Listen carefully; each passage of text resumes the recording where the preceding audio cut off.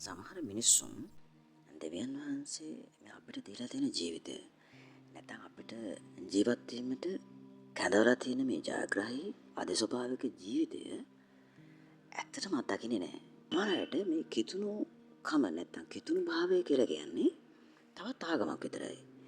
ඒ නිසා එයාලා සාමාන්‍ය නැත්නම් මධ්‍යස්ථ ඒ වගේම ප්‍රතිඵල නැති ප්‍රතිඵල විරහිත සාමාන්‍ය ජීවිතයක් ගත කරනවා. මමත් නැවත උත්පාදනය වුණ දවසේ ඉඳලම ඒ වගේ ජීවිතයක් ගත කරන එක ප්‍රතික්ෂේප කළාට මට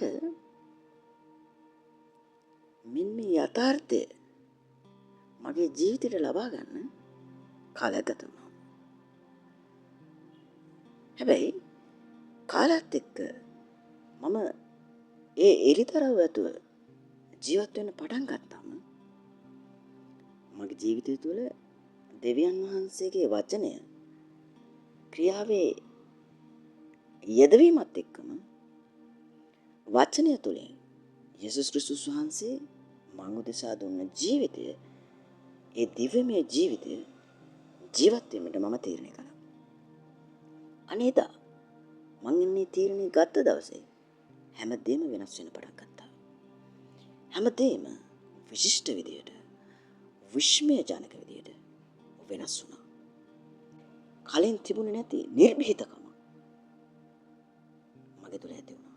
ඒ නිර්භීතකමත් එක්ක වචනය ක්‍රියා කරනවා කියන එක මට කියන්න පුළුවන් වුණා. ඇත්තට මේක ක්‍රියා කරනවා.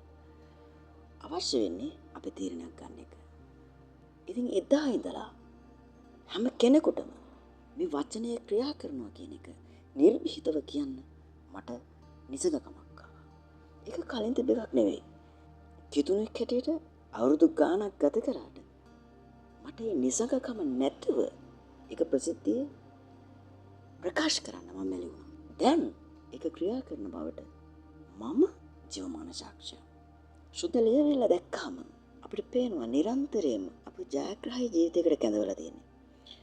හැම දවසක්ම අන්නේ ජයග්‍රහය ඒ ආශිර්වාදය තුළ ගමන් කරන එක.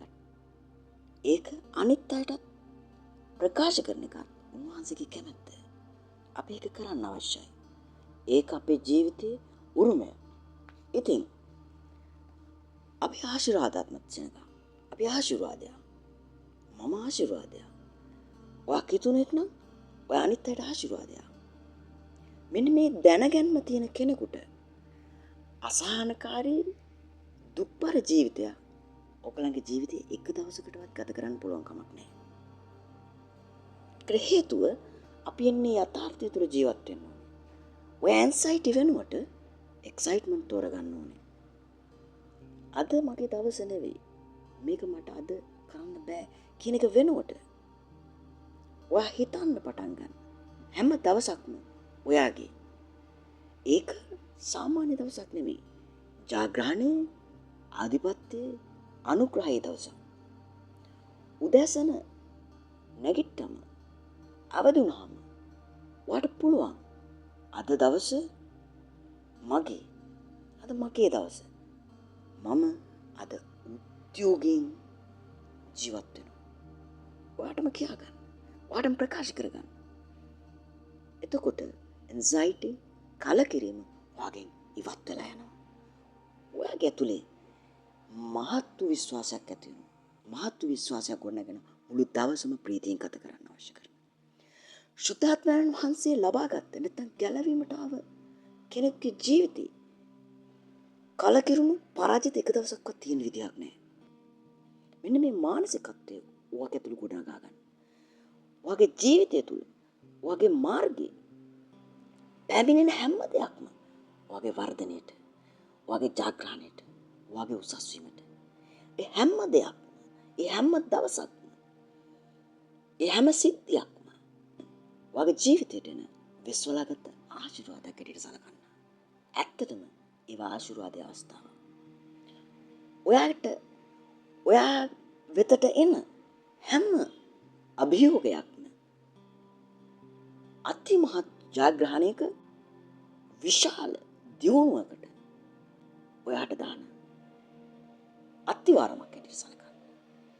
මෙන්න මේ අවබෝධය ලබා ගන්න. ඒක වගේ ජීවිතය තුළ තියාගෙන යන්න. හැම දවසක්ම මහිමාන්විත දවසක්. එය භුක්ති විඳින්න. ජෙසුපීටයි.